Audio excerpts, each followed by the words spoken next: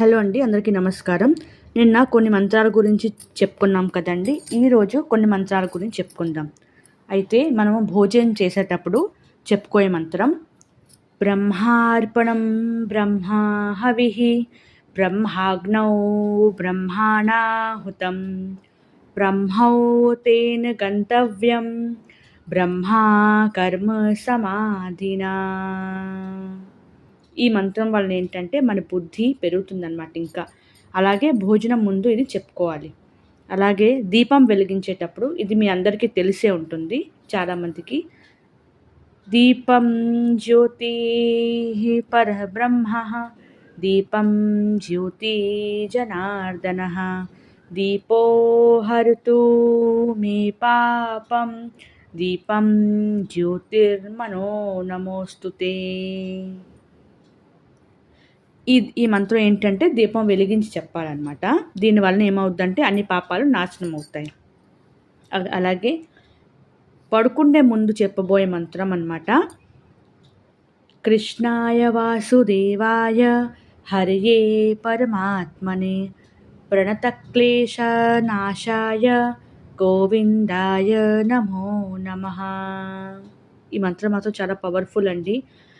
రాత్రి పడుకునేటప్పుడు చెప్పాలి అని అనుకుంటారు, కానీ నా ఉద్దేశం ఏంటి అంటే ఇది ఏదైనా ఇబ్బందులు ఉన్నప్పుడు మనకి కొంచెం కష్టంగా అనిపించినప్పుడు చదివినా చాలా మంచిదండి. ఇంకొకసారి చెప్తాను.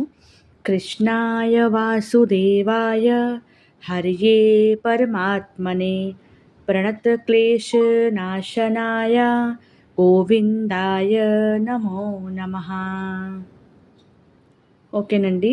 ఏదైనా పని చేసేటప్పుడు దాంట్లోని ఏదైనా బాధ అంటే అవరోధం వచ్చేటప్పుడు ఈ మంత్రం సర్వబాధ ప్రశమనం త్రైలోక్యస్య అఖిలేశ్వరి ఏవమేవ త్వయా కార్యం అస్మద్వేరీ వినాశనం.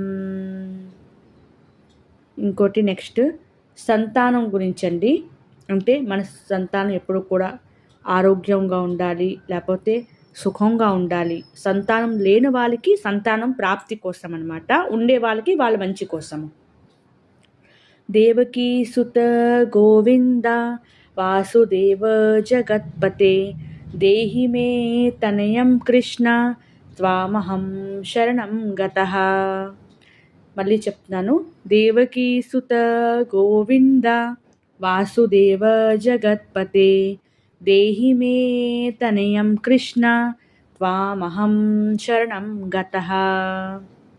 అలాగే విద్య కోసం అండి, సరస్వతీదేవిని అంటే మన మంచి విద్య లభించడానికి సరస్వతీ మహాభాగే వరదే కామరూపిణి విశ్వరూపీ విశాలాక్షి దేహి విద్యా పరమేశ్వరి